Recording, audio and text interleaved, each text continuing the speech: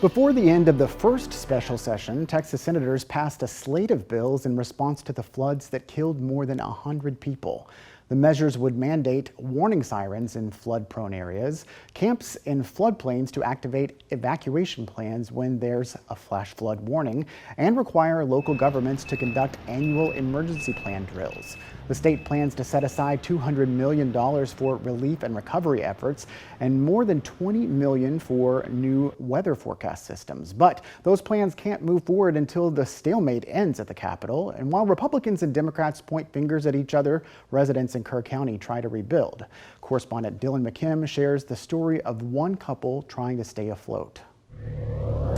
3 inches of mud and everything. Nathan Rich rents this shop for his diesel repair business. On July 4th, the Guadalupe River came pouring in, damaging electrical equipment and rusting his tools. A month later, his business is somewhat back to normal, but the house he rents next door is completely gutted. It's hard to shell out $100,000 to rebuild a house. Rich received $30,000 in grants for his business, but grants for his home and personal belongings are limited. All the stuff that we've built together just gone. This is his wife, Audrey. She works across the street at the local bank. It happens to be the location where residents in Center Point, Texas can pick up applications for financial relief.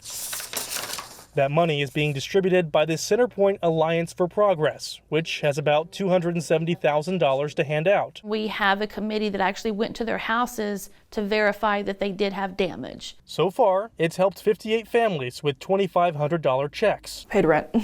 That's it. Yeah, we paid our shop rent. But that money doesn't go far. We don't have the money to just rebuild, go buy a house, go rent somewhere. Local groups like the Alliance are having to step up because relief efforts at the state capitol are stalled as politicians duel over redistricting. It would be nice for our government to want to help, but we're going to try to make sure they're taken care of regardless. Both political parties are pointing fingers over who to blame in the delay in funding. But people like Rich are choosing not to wait around for Austin politicians. I got way more going on than to sit and watch the news and be mad at Democrats or be mad at Republicans or whatever. They continue rebuilding little by little with a simple motto. One day at a time. In Kerr County, I'm McKim. The Community Foundation of the Hill Country money is being distributed to first responders, businesses, and to groups that are helping people like the Rich family.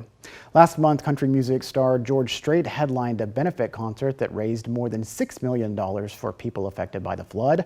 Last week, Strait's Vaqueros Del Mar nonprofit started distributing some of those funds with the help from Governor Abbott. The governor presented $25,000 checks to more than 60 families. The nonprofit plans to distribute more funds to Hill Country victims in the future. Thank you again for joining us for State of Texas. I'm Josh Hinkle. We'll be back next week to bring you an in-depth look at Texas politics.